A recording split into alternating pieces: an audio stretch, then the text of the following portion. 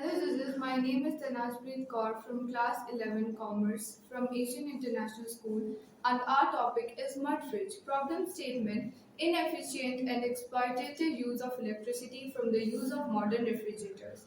Pro solution: mud fridge, an innovative way to cool and chill items.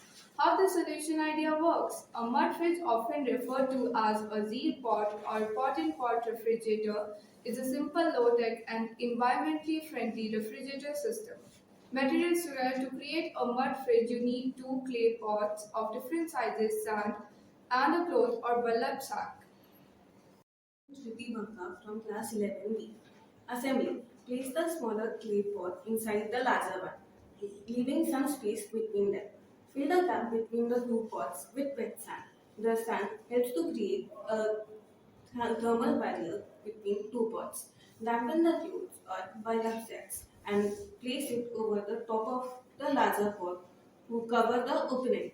Some of its advantages are evaporative cooling and refrigeration.